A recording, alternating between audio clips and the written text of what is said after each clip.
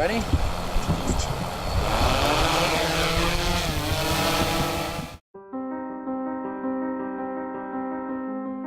I don't know, I'm very inspired by, I guess, my mortality more than anything else. At the end of the day, I'm trying to do as much as I can in the finite lifetime that I've been given and try to cultivate as many experiences as I can, and that's why, you know, I try to fill every day as many robust ways as I can. I mean, this is the kind of stuff I'll do on a weeknight, not on weekends, but on weekends I'll go even further up, and I mean, I don't even have stars, but up in Quebec City and Ottawa, Montreal, or out to Maine. I really want to capture, you know, interesting moments. I really think that's what makes photography so unique and different than videography, is that you're capturing like a singular moment or an elapse of a moment in time rather than a collection of moments. So for me, moments more than anything else, but specifically moments about cultures, maybe people and their relationship with their surroundings and each other, stuff like that. I really got my start in photography with my father. He's an award-winning travel journalist, and he showed me so much of the world from a very young age. And that's how I really got engaged with photos and really the world around me, and also basically being and doing these adventures at his lap and on his foot when I was a little baby as well.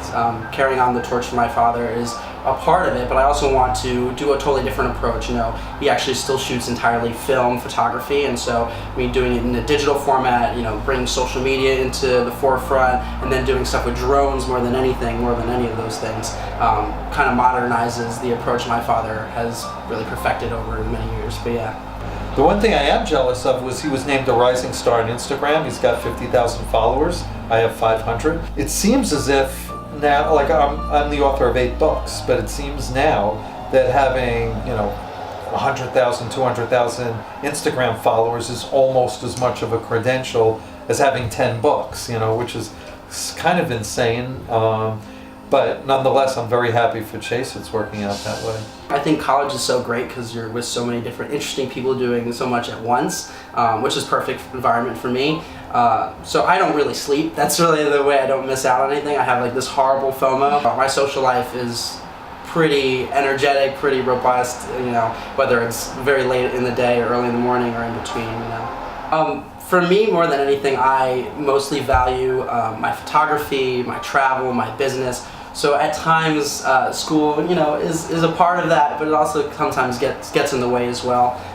So it is a balancing act between school and my business and photography. I recently was in Missoula, Montana to teach a drone photography class during the school year. It was a 4-day class out in Montana for the Rocky Mountain School of Photography. And it's something I'm very interested in general. I mean, I've gotten the opportunity to lecture about drones, so there's a lot I want to talk about drones. I think they're really, you can see, I think they're really exciting, right? And so I think that's what I see the future is talking, consulting people on how to use drones, and I certainly want to be a part of that.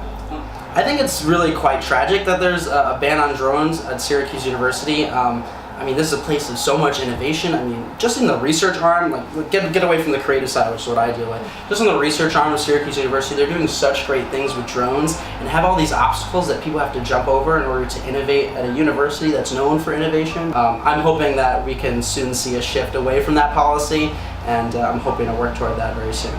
I think the reason the ban currently stands is there's a fear of privacy concerns, but I think it's kind of misguided. Drones, at least as of right now, are pretty bad spying devices, and it's not what we're using it for. I mean, we're not here to intrude privacy, especially on professors in their university offices. They have a tentative date to teach the Chancellor how to fly a drone, and so I talked to the Chancellor before about drone technology on campus, and he's a big proponent. In fact, he told me that his father was one of the first aerial photographers in the world. He worked in World War II as a photographer that helped understand and map out the war effort. So he definitely can relate to the importance of the technology, importance of aerial photography, and I just think it's a bunch of lawyers, a team of lawyers who are overly cautious, and I understand where that caution comes from, but I think it's a little bit too much given the environment we have and all the different needs and uses we have for drones, especially for students. I mean, I'm still just starting out, I'm still in college. I mean, I'm hoping that in the future that this business will bring great things that I'm creating, but in the meantime, I'm just young and foolish, so.